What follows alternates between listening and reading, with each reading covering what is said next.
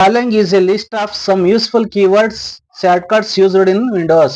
Security keys, options or commands. Windows logo key, open the start menu. Alt plus tab. Switch between programs that are opened Windows. Alt plus F4.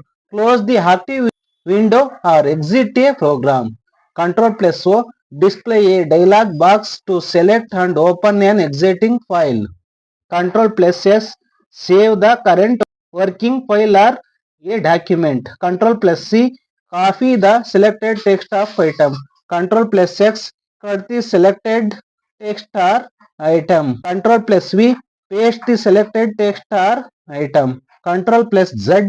Undo an action. Control plus Y. Redo an action. Control plus A. Select all items in a document or window. Thank you one and all. Please subscribe my YouTube channel.